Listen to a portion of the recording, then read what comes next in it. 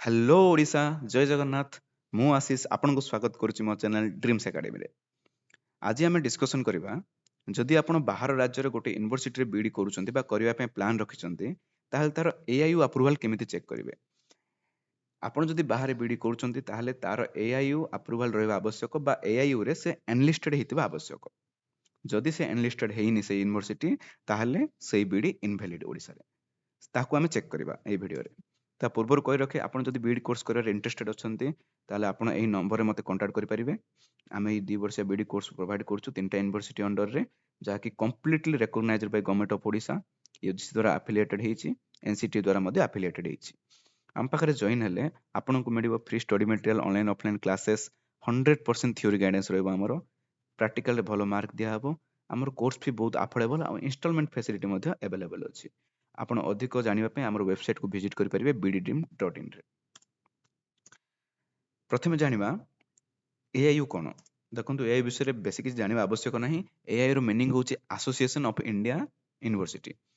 ए गोटे एमिति गोटे ऑर्गेनाइजेशन जे कि हमर हायर एजुकेशन रो क्वालिटी को एंश्योर करे आ इंटरनेशनल लेवल रे research sports youth culture activity एगुडा से प्रमोट करे। ए विषय हमहु जानिबा किछि मध्ये आवश्यक नाही।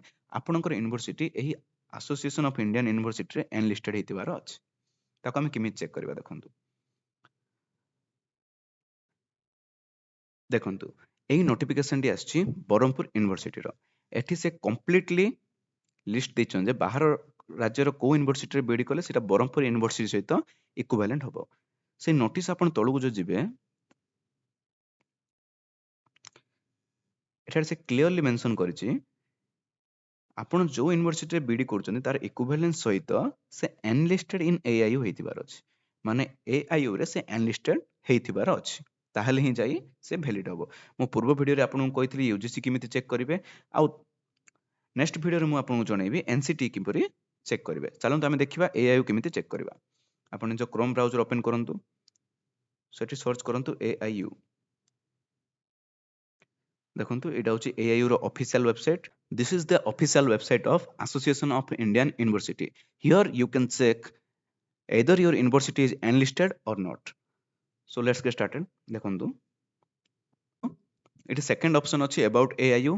जदि आपण सेठी क्लिक करिवे किछरा पॉपअप आसीबो सेठी जिवे मेंबर्स को चूज करिवे मेंबर्स। देखंतु वर्तमान से कंप्लीटली एही एआईयू रे के यूनिवर्सिटी एनलिस्टेड अछंती कंप्लीट लिस्ट एठी से देइछि। चलो चेक करिबा। मेनली हम ओडिसा रो पिला माने आंध्र प्रदेश रे बीडी करूचंती तो चलंतु आंध्र प्रदेश रो किछरा यूनिवर्सिटी को हमें चेक करिबा। देखंतु 4 नंबर यूनिवर्सिटी होचे आचार्य नागार्जुन यूनिवर्सिटी। तो जदि आपण आचार्य नागार्जुन यूनिवर्सिटी बीडी करूचंती ताले ओडिसा रो बीडी सहित सेटा कंप्लीटली इक्विवेलेंट। आउ कोन अछि देखिबा।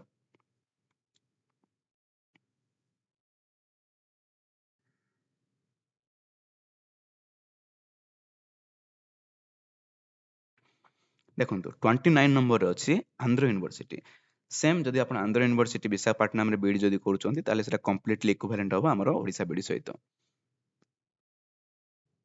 जदि आपण तळु तळ स्क्रॉल करिवे ताले 179 नंबर 179 नंबर रे अछि doctor B R Ambedkar university Srikakulam. Same जदि आपण एठी मध्ये बीडी करूचंती ताले ता कंप्लीटली इक्विवेलेंट होबो ओडिसा बीडी सहित।